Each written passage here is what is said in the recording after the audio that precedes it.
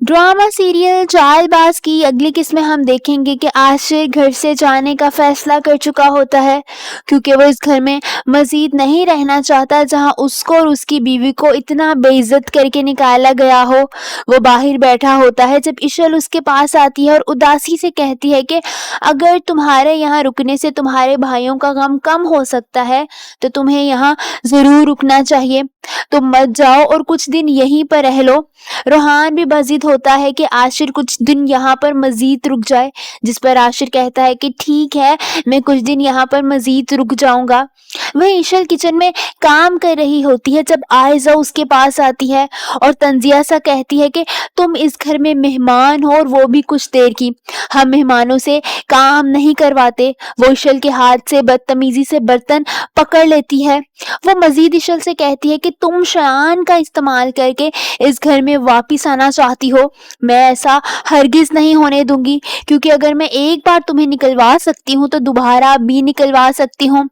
جس پر اشل اسے کہتی ہے کہ میرا تو پتہ نہیں مگر آپ جو خواب تینوں بھائیوں کو علیحدہ علیحدہ کرنے کا دیکھ رہی ہیں میں ہرگز بھی وہ پورا نہیں ہونے دوں گی۔ آئزہ آگے سے مسکرانے لگتی ہے جیسے اسے کوئی بھی فرق نہ پڑ رہا ہو، جبکہ اشل حیران رہ جاتی ہے کہ آئزہ ابھی تک اپنی چال بازی سے باز نہیں آئی۔ وہیں شیان اب آئزہ عنایہ کے ساتھ ساتھ اشل کو کال کر کے بھی تنگ کر رہا ہوتا ہے۔ وہ اشل سے کہتا ہے کہ لگتا ہے آج بھی تمہارے دل اور دماغ پر میں سوار ہوں، جس پر اشل غصے سے اسے کہتی ہے کہ اپنی بکواس بند کرو۔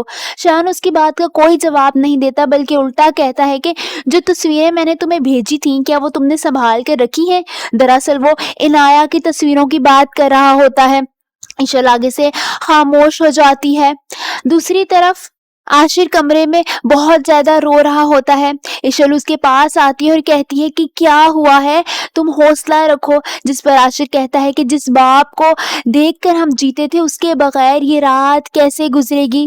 اشل اسے تسلی دیتی ہے جس پر مزید عاشر کہتا ہے کہ ایک عورت کی وجہ سے ہمارا سارا گھر بکھر گیا ہے۔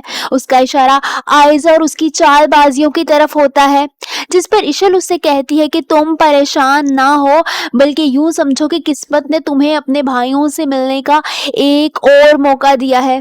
تم لوگوں کو اب ایک ساتھ رہنا ہے نہ کہ علیحدہ علیحدہ ہو جانا ہے، تمہیں اپنے بھائیوں سے دور نہیں ہونا۔ وہیں دوسری طرف اشل شایان کی وجہ سے بھی بہت زیادہ پریشان ہوتی ہے جو مسلسل اسے فون کر کے تنگ کر رہا ہوتا ہے۔